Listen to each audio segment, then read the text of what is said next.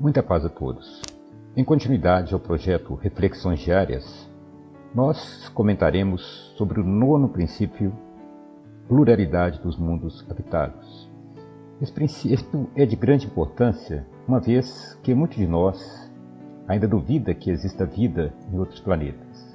Então, a esse respeito, nós vamos ver que lá em João 14, de 1 a 6, Jesus, quando conversava com os discípulos, preparando-os para a sua desencarnação, ele então lhes dá a seguinte orientação: não se turbe o vosso coração. Credes em Deus, crede também em mim. Na casa de meu Pai há muitas moradas. Se não fosse assim, eu vou-lo teria dito. Vou preparar-vos lugar. E quando eu for e vos preparar lugar, virei outra vez e vos levarei para mim mesmo, para que onde eu estiver, estejai vós também. Então Jesus, naquele momento, sabendo da grande dificuldade que seria a sua desencarnação, ele então diz aos discípulos para não se preocuparem, para não se perturbarem, para ficarem com o coração tranquilo. Ele lhes promete então que iria preparar para eles moradas, uma vez que na casa do Pai há muitas moradas. Mas a que moradas refere-se Jesus? Importa salientar que quando nós comentamos sobre o princípio da ação e reação, nós demonstramos que na realidade não existe um céu e que não existe o inferno como um lugar físico. O céu vai depender daquele que já encontra a paz, a felicidade, mesmo que relativa nas suas realizações, no bem, através do perdão, do amor, da indulgência. E o inferno, por outro lado, ela vai ver vai advir daquela tortura moral que o espírito vai sentir em decorrência da inveja, do orgulho e do egoísmo. Então, neste momento, Jesus ele falava das novas moradas, mas não do céu da forma que se fala. A esse respeito, nós vamos encontrar lá no Livro dos Espíritos, na questão 55, a pergunta, se todos os mundos que circulam no espaço são habitados. E aí nós vamos ver que a espiritualidade responde que sim, e o homem terreno está longe de ser, como acredita, o primeiro em inteligência, bondade e perfeição. Há, entretanto, homens que se julgam espíritos fortes e imaginam que só esse pequeno globo que é a Terra tem o privilégio de ser habitado por seres racionais. Isso é um orgulho e vaidade. Creem que Deus criou o universo somente para eles. Então, por orgulho, o homem chegou a sustentar a teoria que conhecemos como teoria geocêntrica, que sustentava que a Terra era o centro do universo. E hoje a ciência demonstra esse erro, que a Terra não passa de um grão de areia nesse imenso universo. E a pergunta que vem a despeito desses fatos é por que então que a ciência até então ainda não encontrou vida em outros planetas? A questão 56 e 57 é bem elucidativa. Ela nos fala que a constituição física dos diferentes globos não é a mesma, não se assemelha. E Kardec pergunta se essa constituição física não é a mesma, se os seres que habitam os diferentes mundos são os mesmos, são diferentes. A espiritualidade esclarece que, sem dúvida, que são diferentes, como os peixes entre nós, que são feitos para viver na água, e os pássaros no ar. Então, o que acontece é que, muitas vezes, a esperança, a expectativa que se tem é de encontrar apenas mundos com características físicas semelhantes à Terra, com a mesma atmosfera, temperatura, que tem água, para ali comprovar que existe vida. Mas, longe disso, a espiritualidade nos mostra que, a partir do momento que nós evoluímos enquanto espírito, nós já não necessitaremos mais deste corpo físico, teremos um perispírito mais purificado, de tal forma que podemos habitar em outros mundos com outras características, com outros sistemas de energia, de atmosfera, em que não seria cabível a nossa existência com o corpo atual. Então, a espiritualidade vem nos demonstrar que, assim como nós, enquanto seres humanos, estamos sujeitos à lei da evolução, que foi por nós estudadas, também os mundos estão sujeitos a essa evolução. No Evangelho segundo o Espiritismo, no capítulo 3, é-nos esclarecido que, ao mesmo tempo em que todos os seres vivos progridem moralmente, progridem materialmente os mundos em que eles habitam. Marcham paralelamente o progresso do homem o dos animais, o dos vegetais e o da habitação. Nada na natureza permanece estacionário. Quão grandiosa é essa ideia e digna da majestade do Criador, que, ao contrário, é mesquinha e indigna de seu poder, a que concentra sua solicitude e a sua providência na terra e restringe a humanidade aos poucos homens que habitam. Então, a Terra um dia já foi um mundo primitivo, como nós bem o sabemos. E no seu processo de evolução, hoje é um mundo mais adiantado, com seu progresso. Assim são todos os mundos. Então, como a biologia, através da lei de Darwin, mostra que as espécies evoluem, também os mundos e o ser humano evoluem. E quando o ser humano então evolui, ele passa então a habitar mundos mais avançados. Nesse sentido, é-nos apresentado por Kardec,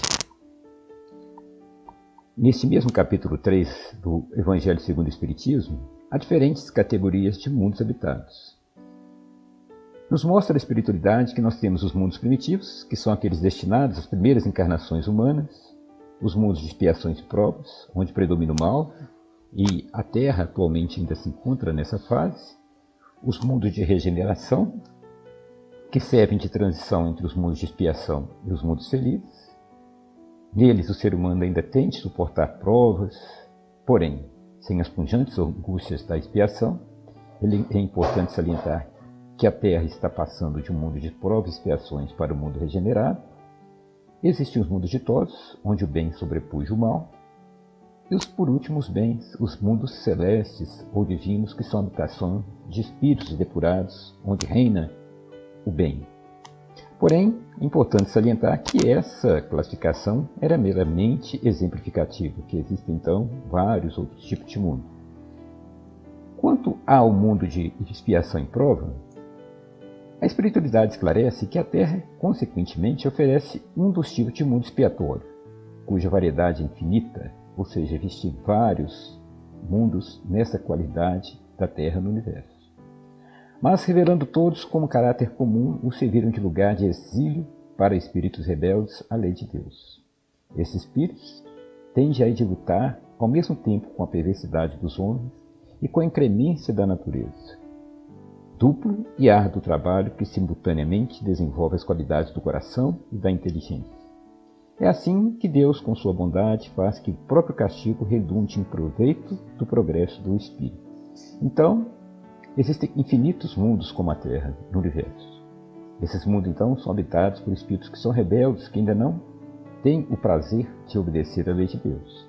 E neste caso, então, cabe-lhes lutar contra a incremência da natureza e, através do trabalho, desenvolver a inteligência, desenvolver, então, os sentimentos, para poder, então, galgar a mundos regenerados, que são ditos, então, pela espiritualidade, que nesse mundo a alma penitente encontra a calma e o repouso e acaba por depurar-se. Sem dúvida, em tais mundos, o homem ainda se acha sujeito às leis que regem a matéria. A humanidade experimenta as nossas sensações e desejos, mas ela está liberta das paixões desordenadas de que nós somos escravos. Ela está isenta do egoísmo, do orgulho, da inveja, do ódio. Em todas as frontes vê-se escrita a palavra amor. Então existe uma perfeita equidade neste mundo. O homem então já não se deixa levar pelas vãs paixões, mas já trabalha em torno do amor. E por último, a espiritualidade nos mostra que nós temos os mundos superiores, que lá todos os sentimentos delicados e elevados da natureza humana se acham engrandecidos e purificados. Ele desconhece o ódio, os mesquinhos ciúmes, as baixas condições de inveja, um laço de amor e fraternidade, prende todos os homens neste mundo e lá os mais fortes ajudam os mais fracos. Então permeia a lei do amor. Cada um faz ao outro aquilo que gostaria que lhe fosse feito. Pois bem, a espiritualidade fala que os espíritos que encarnam o mundo não se acham nele preso indefinidamente, nem nele atravessa todas as fases do progresso que lhes cumpre realizar para atingirem a perfeição. Quando no mundo eles alcançam o grau de adiantamento que esse mundo comporta, passa para outro mais adiantado, e assim sucessivamente até que cheguem ao estado de espírito puro. Então os mundos são como escola. E assim que o aluno, então, na escola, atinge determinada série, determinado ciclo, ele se forma e vai para outro. Assim se dá. O espírito então fica, atinge determinado ciclo, evolui e, sucessivamente, quando ele merece, ele vai para mundos melhores. E ele então apresenta 3 hipóteses, que as pessoas podem ascender a um mundo de ordem mais elevada, quando há então a sua promoção, podem prolongar a sua permanência em um mundo desgraçado, ou aquele que é rebelde, aquele então que não quer se melhorar, e, por último, ele pode ser relegado para outros mundos ainda mais infelizes, né, quando se obstina no mal, ou seja, aquele caso então que ele é degradado, né, quando ele então não se dispõe a obedecer às leis de Deus, e a sua permanência naquele mundo poderia atrasar o progresso. É o que vai se dar agora na Terra, neste momento de transição que passamos para o mundo regenerado, em que aqueles espíritos rebeldes, aqueles espíritos então refratários, que não aceitarem a lei de Deus e que se oporem à lei do progresso, da evolução, e que a sua permanência na Terra prejudicarem a evolução do planeta, serão degradados para outros mundos infelizes, sejam mundos de provas e expiações, sejam mundos primitivos. E confirmando essa questão, lá no Livro dos Espíritos nós vamos encontrar a afirmação dos espíritos de que os espíritos, depois de se haverem encarnados em outros mundos, podem encarnar-se neste, ou seja, na Terra, sem jamais terem passado por aqui, como nós também podemos encarnar em outros globos. Todos os mundos são solidários. O que se faz num, pode se fazer no outro. Então existe uma solidariedade entre todos os mundos do universo. Dessa forma, nós então vamos entender, né, que a doutrina espírita, de forma lógica, racional, de acordo com a ciência, explica que todo esse universo, com esse turbilhão de planetas, de sóis, de galáxias, não poderia ser uma coisa inútil apenas para a contemplação dos nossos olhos, mas mais do que isso, faz parte, né, da criação divina e tem um destino que é justamente fazer com que haja vida, com que haja oportunidade de estágio para nós nas nossas várias faixas evolutivas. Dentro disso, nós encerramos aqui a nossa apresentação.